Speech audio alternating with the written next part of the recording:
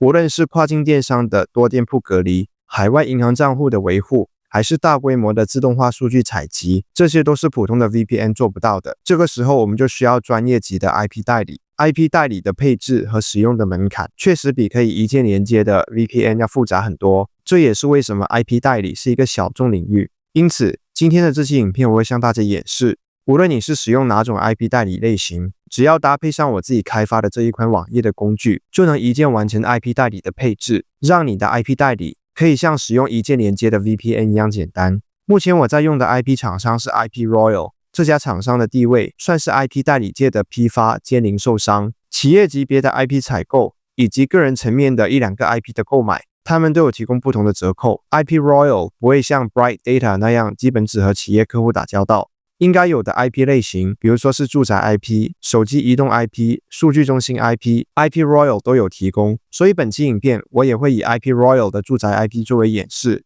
首先我们来到 IP Royal 的官网，来注册一个新的账户。账户的注册连结我也放在了影片的资讯栏内。我们点击创建账户，我们可以直接使用 Google 的账户登录即可，这样可以免去设置密码和接收验证码的环节。接下来是输入手机号码，非美国的手机号码也是可以的。手机号码可以随便输入 ，IP Royal 不会做验证。接下来是问卷调查的环节 ，IP Royal 会问我们几个问题，来确认我们适合使用哪种类型的 IP 代理。无论怎么回答都不影响你后续的 IP 购买使用，所以这里我就加速带过了。当我回答了 IP Royal 的问卷之后，我接下来就被带到了 ISP， 也就是静态住宅 IP 的页面。我这里先返回主页，带各位先快速过一遍 IP Royal 的后台。现在各位可以看到 IP Royal 的5种 IP 代理产品了。第一个 Residential， 也就是家庭住宅 IP。IP 的根源就是全球190多个国家和地区里面的真实的家庭宽带设备贡献的。因为是真实的家庭宽带贡献的 IP，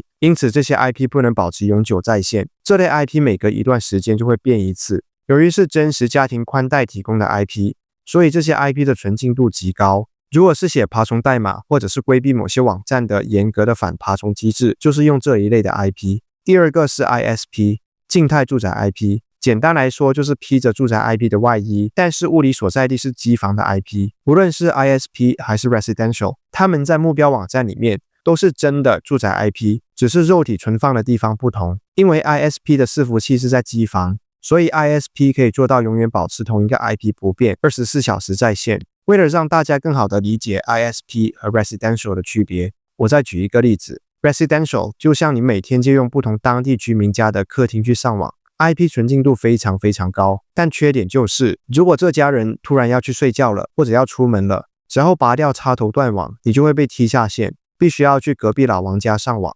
ISP 的话就像是你租了一个高规格的专业机房，但是你拉了一条家用住宅宽带进来，在银行和电商平台眼里，你依然是一个在家里面上网的普通居民，但是你享受了机房24小时不断网和顶级的网速。ISP 由于物理位置是在机房，所以有些眼尖的网站依然能够识别出这是一个机房 IP， 这也是 ISP 的缺点。购买静态住宅 IP 的时候，我们可以在备注栏写上我们指定要某某运营商的 IP， 比如我的另一个 IP Royal 的账号就买了一个纽约的 Verizon 的静态住宅 IP， 我当时就是在备注栏写上我只要 Verizon 的静态住宅 IP， 如果没有的话就退单。虽然这样做会贵 30%， 但是我愿意为了 Verizon 的静态住宅 IP 付钱。接下来第三个是 Data Center， 数据中心 IP， 也就是机房 IP， 是 IP Royal 价格最便宜的产品。市面上的绝大多数的 VPN 就是这一类的 IP， 应对没有反爬虫机制的网站，以及做一些简单的基础自动化的脚本，就可以用数据中心的 IP。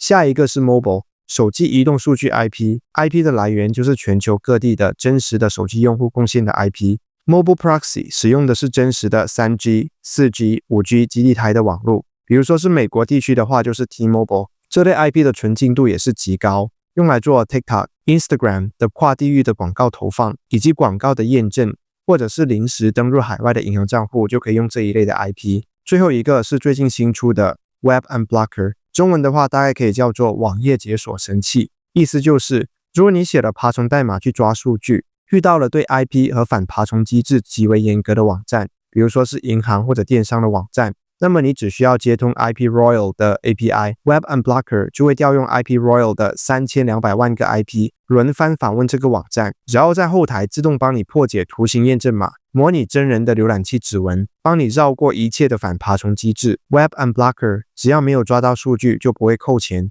这个工具是少数程序员才会用到的，大部分观众都不会用到这个工具。接下来我就来演示如何购买和配置 Residential 的 IP。Residential 的 IP 也是最多人用的，也是适用场景最广泛的 IP 类型。OK， 我们点击 Buy Now。IP Royal 默认是10GB 的流量。为了演示，我切换为2GB。右侧这里有3天的免费试用这个选项，各位一定要记得勾选。勾选之后 ，IP Royal 就会送我们100M 的免费流量，有效期是3天。流量用完或者试用期结束之后才会正式扣费。接下来是添加付款方式的页面，大家可以往下拉动页面，在这里大家可以填入本频道的专属折扣码 A 等10 AIDEN 10。折扣码和 IP Royal 的注册邀请链接我也放在了影片的资讯栏内。使用了折扣码之后，价钱就变成了10.72美元。接下来我添加我的信用卡进去，只有在这免费送的100M 的流量用完之后，或者是3天的试用期结束之后，信用卡才会正式扣款。在试用期内取消订阅是不会扣款的。OK，